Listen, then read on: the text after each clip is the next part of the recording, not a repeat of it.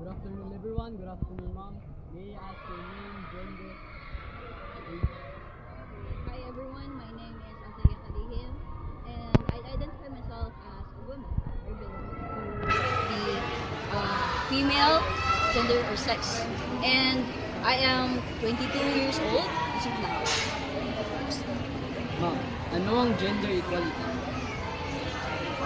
So, for me personally, the gender equality defines as pantay-pantay sa pagtanong sa gender regardless of their gender, regardless of kung saan lang gina-identify sa ilang sarili.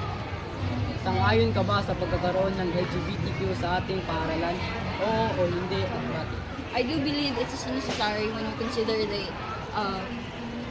equity or the equality of each gender. It is because sa education, natin ginatawag na inclusive education. Pag may inclusive education, it includes the background of the students, the cultural background, or the diversity of the students, regardless sa ilang age, sa ilahang kung asa sila gikan, kung unsa sila ng mga tribe or ethnicity, we have to include them in a one classroom. So, it's not really necessary, or I mean na dili siya limit, dili siya boundaries or challenges na when ang students or the community has an LGBT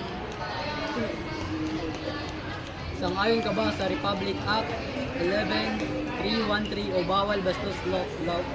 Kahit mas pumapabor ito ang mga kababaihan oo o hindi at bakit?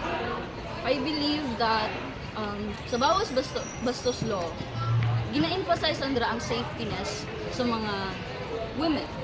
Especially na ang atong society is patriarchal, meaning mas superior ang mga lalaki kaysa sa babae. And with that, gina-recognize na nato na na-adjust societal norms na gatabang ay gabuhat og boundaries sa mga women to excel in their expertise. Tungod sa mga night quotation ng babae ingana lang, may lalaki ingana lang. And with that, naay mga mindset ang mga lalaki na superior sila. And with that superiority, maturn na into violence. And that violence includes sexual. I guess that's answer the question. Ano ang iyong mensahe tungkol sa gender equality? I guess ang message na ako direct towards the students or the people who are practicing into professionals. For example, kato na, wala. Sa boss. My message towards the people who are in the society in general. Especially us. It's a message towards us na the inclusion or the inclusion of any other gender, dili dapat siya mag-determine or mag-end ang inclusion sa mga tao.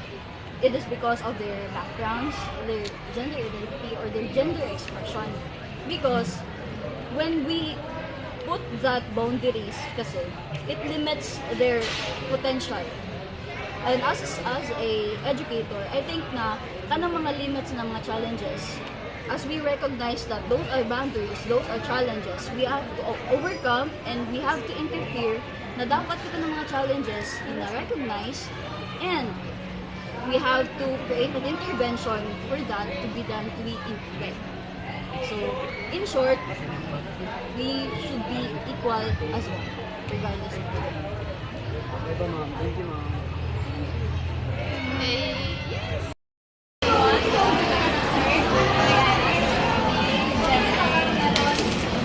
I am Elio Junior C. Makas, male and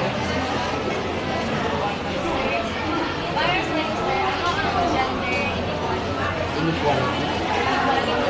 Gender equality for me, na ay same opportunity, same rights, ang bawat gender, regardless kung saan man yung gina-identify siya, so same ang protection na ginagawa sila. So, hindi lang sa government, at the same time, ang treatment sa mga tao. Sangayon ka ba sa pagkakaroon ng LGBTQ sa ating paaralan? Oo o bakit? For me, I am okay with that. Actually, I am pro with that nonsense. na naman to sa generation, sa time karon na we are equally accepted by the society. Kung anong bawalan na to, anong magiging na to sila, wala ba sila yung Sa ngayon pa ba sa Republic Act 121 o bawal mas kahit mas pumapabor ito sa mga kababae? Oo o hindi? siguro on my part as a man or male na, yes, pabor ka kay mas need man nila ang protection. Hindi naman sa mga masculinity ang dominate sa society. It's just that they need more protection sa mga butang. Again, hindi na ito makontrol sa mga tao na based on experience sa mga pumunta ko sa mga research sa mga babae, need yun sa ilang.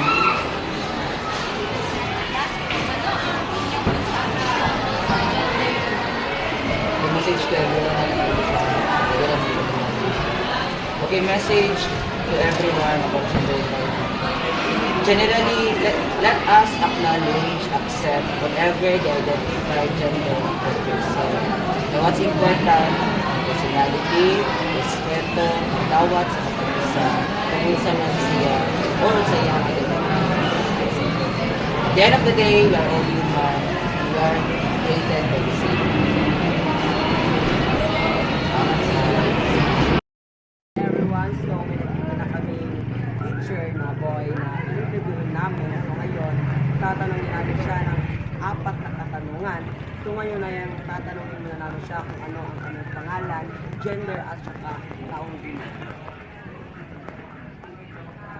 Good evening, my name is Erwin Banaco, 30 years old.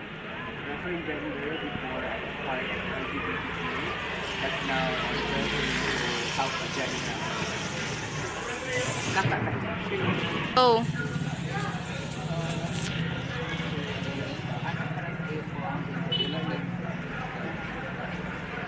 Gender equality. When we say gender equality, it talks about the equality of the gender for us in society. So, when we say gender, it talks about girl and boy, different gender in nasa society.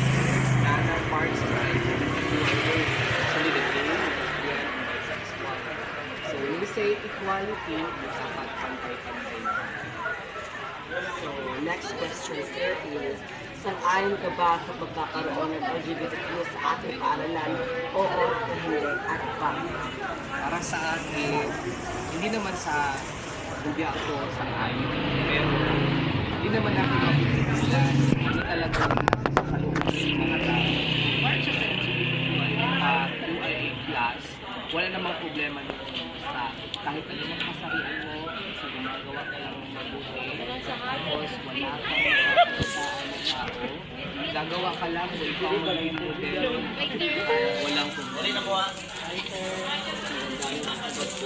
So ang pangatlo po ay, sang-ayon ka ba sa Republic Act 11313 o bawal bastos law kahit mas pumapabor ito sa mga kababaihan?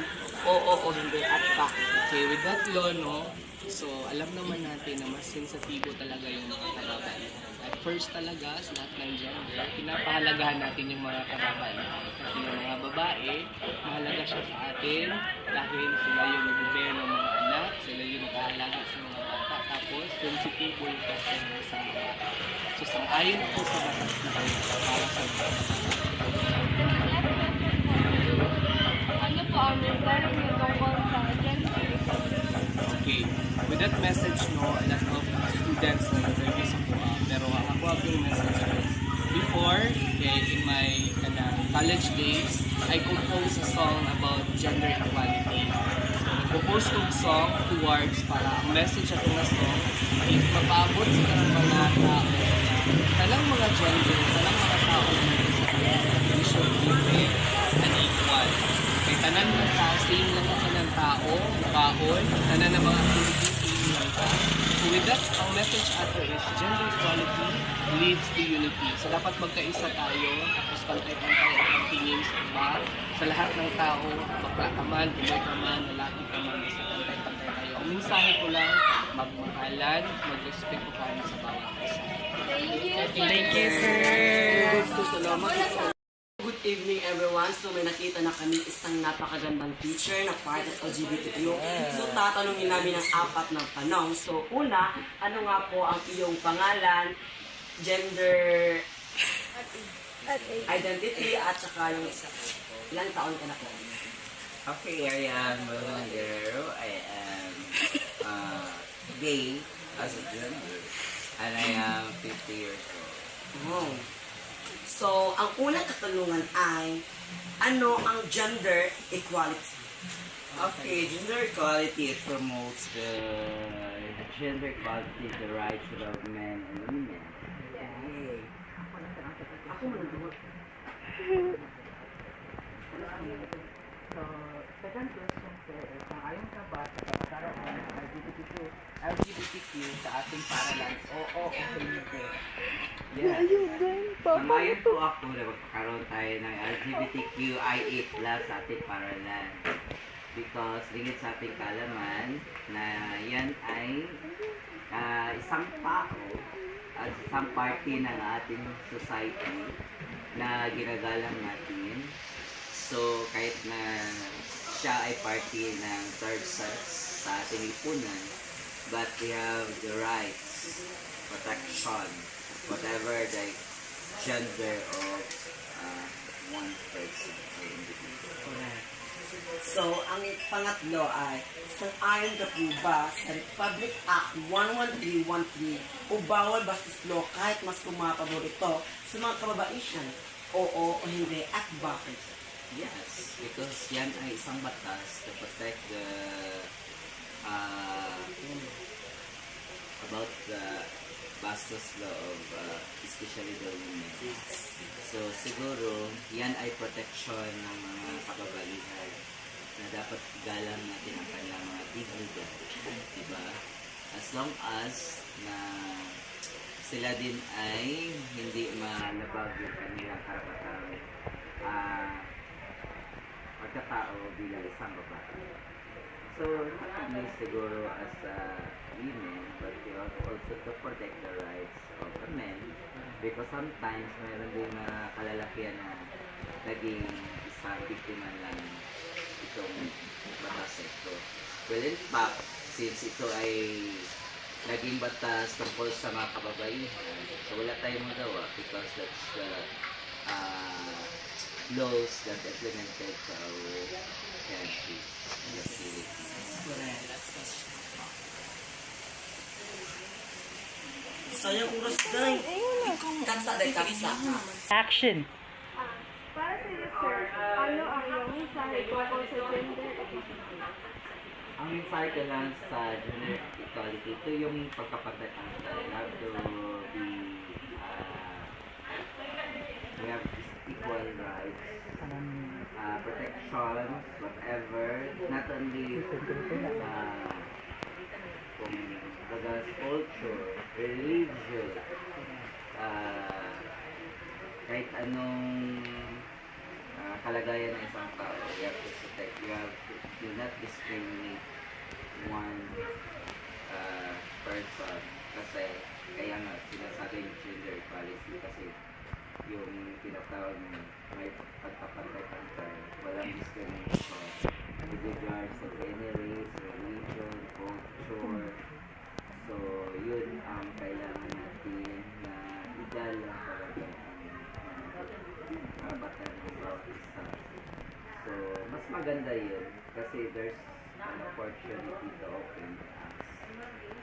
As long as that to respect others, yun talaga. Kahit sa trabaho, meron ay tinatawag na equality. Meron na ngayon ng mga third sex na pumapasok sa military. May mga women pumapasok sa military. Noon, wala yan. So, since mayroon tayong batas na gender equality, kahit anong kasarian mo, yun ang kailangan igalang. until a time of no discrimination. Thank you, sir. Thank you so much. Thank you so much, sir. Nakapay question number 5. Day, tara na, Day. Everyone, so before we start, may I ask your name, section, and your grade.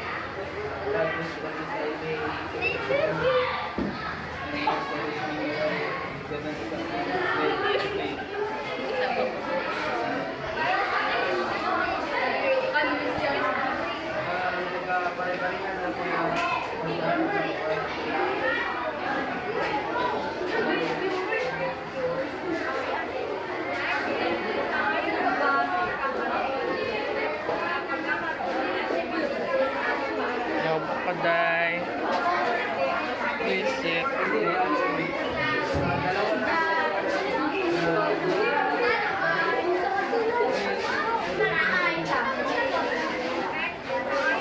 Ha?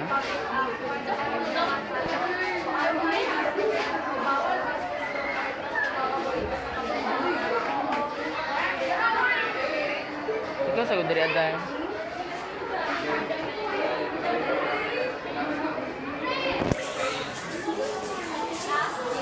Ano ang inyong mensahe tungkol sa gender equality?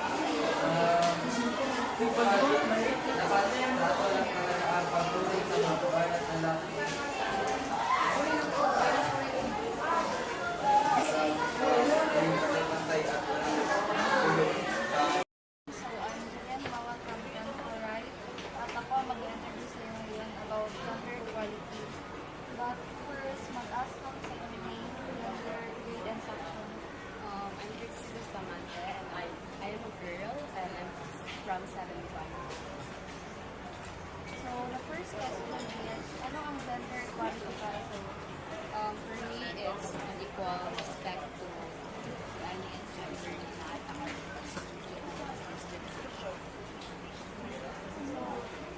So, ayos ka ba pagkakaroon ng LG sa ating paaralan? Oo o hindi at bakit?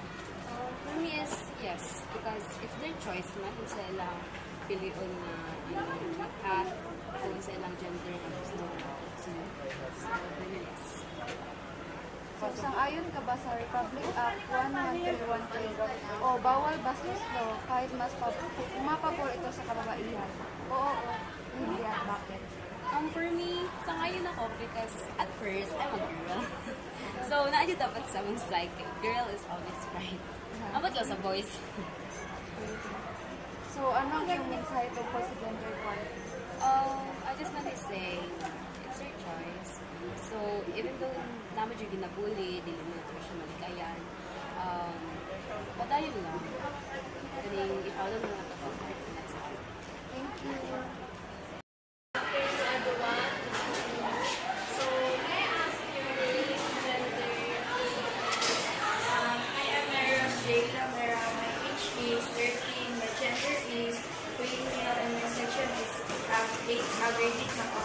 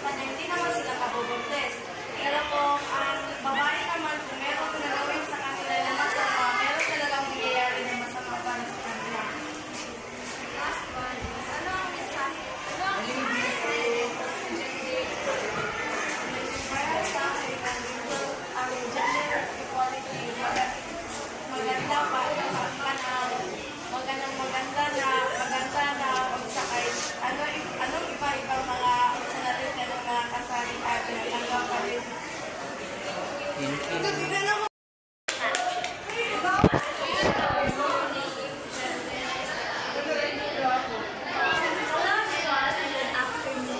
My name is Ashley Avidan. I am 13 years old and I am from grade 8.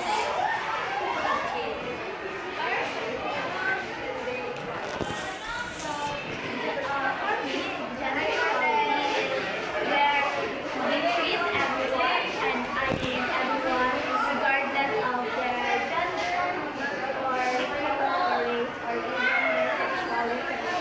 We must treat them equally and vice Inaayon ka ba ang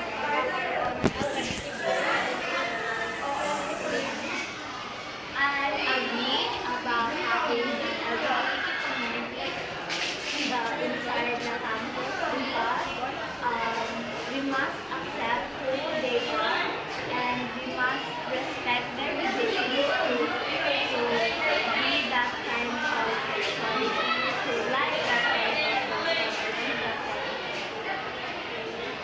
Inaayon ka ba sa Republic of anti-racism kahit mas concentrate sa kababaihan? Pabor po ako sa Republika. Pero actually, hindi agree because since mas pabor man siya sa babae, pwede po siya masing at hindi na paboran ang babae. Because I believe, even though they are men, they can still be assaulted. We should treat them equally with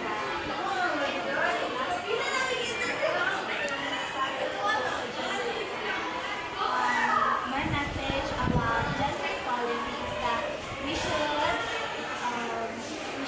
practice it and we need to take it part or isa pambuhay ko natin because everyone, even though everyone is unique, we must treat them right and respect them. My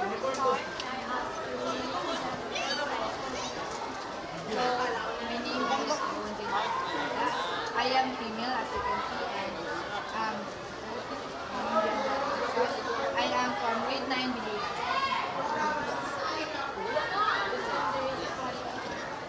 Para sa akin ang gender equality, equal treatment sa mga both gender, sa babae at lalaki, magdamang wala lang. Inaayon ka ba sa pagkakaroon ng LGBT sa Para sa akin, oo, dahil hindi naman natin sila mag-force na maging sila na ayaw naman nila. Oo,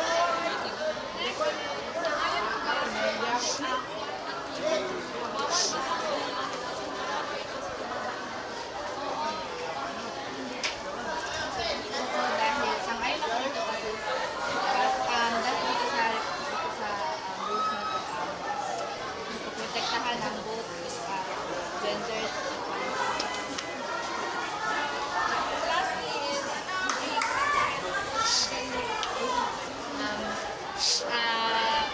Let's just treat every person equally and don't judge. Thank you.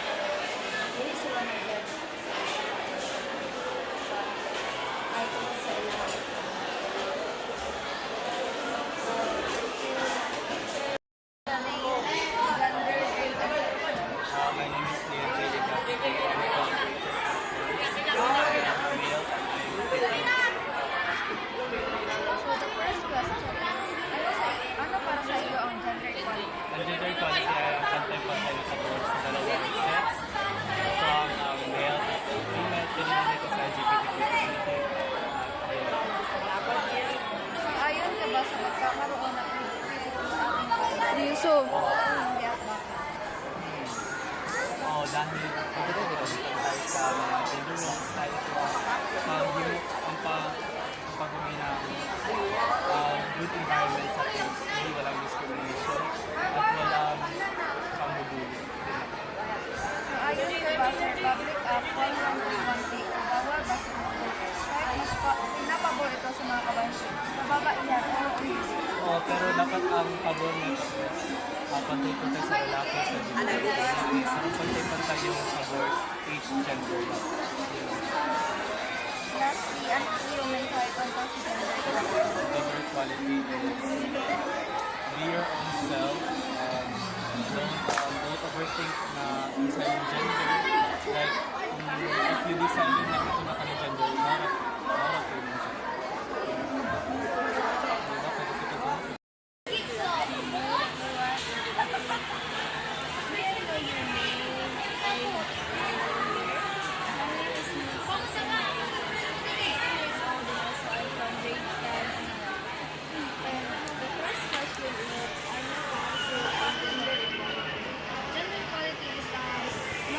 Pantay-pantay ng mga karanasan, like girl, boy, and sa mga tao, pag-aagal ng karapatan, may oportunidad, o pagtrato sa mga pamitan ng mga lalaki at babae.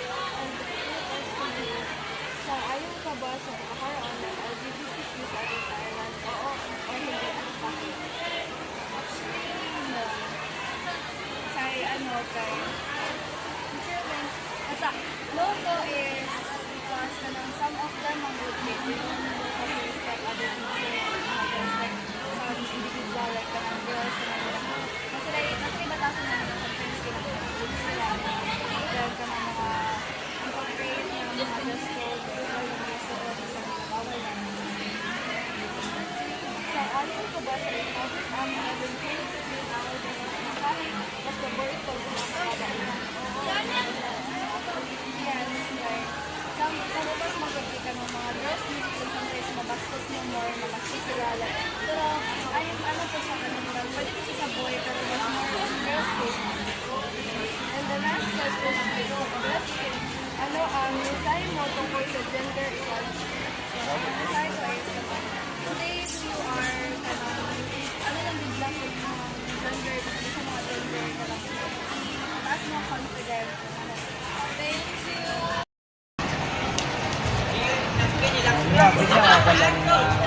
Lalan, Gender, grade of si Kian, Carlo, Rito, Andromeda, Juan, Milko. So, nakakayupat ka question direct. Ano ang gender equality? Gender equality, pagkapantay-pantay na naman sa mga gender dito sa libutan doon. Walay kuhan ba, walay taas, walay baba. Pantay rin yung tanan. Yeah, sige, salamat. Pangkado yan, sang-ayon ka ba sa pagkakaroon ng LGBTQ sa ating pangalan? Oo, hindi. At bakit? Oo. Ay, naman din. Kuhan doon, may lahi ng gender tanan. Ang kadaganan nyo dariya, dagan pero bayad lahat kung buhay pero dili lang mo tamang buwan dyan, di na tamang husga ba?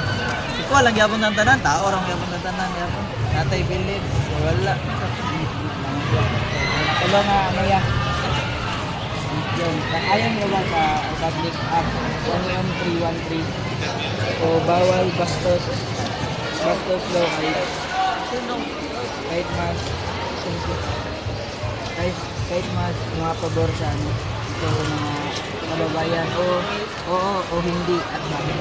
Oo, ngayon nila antay-bastos law kay siyempre di kadalasan ko sa mga babae, diba?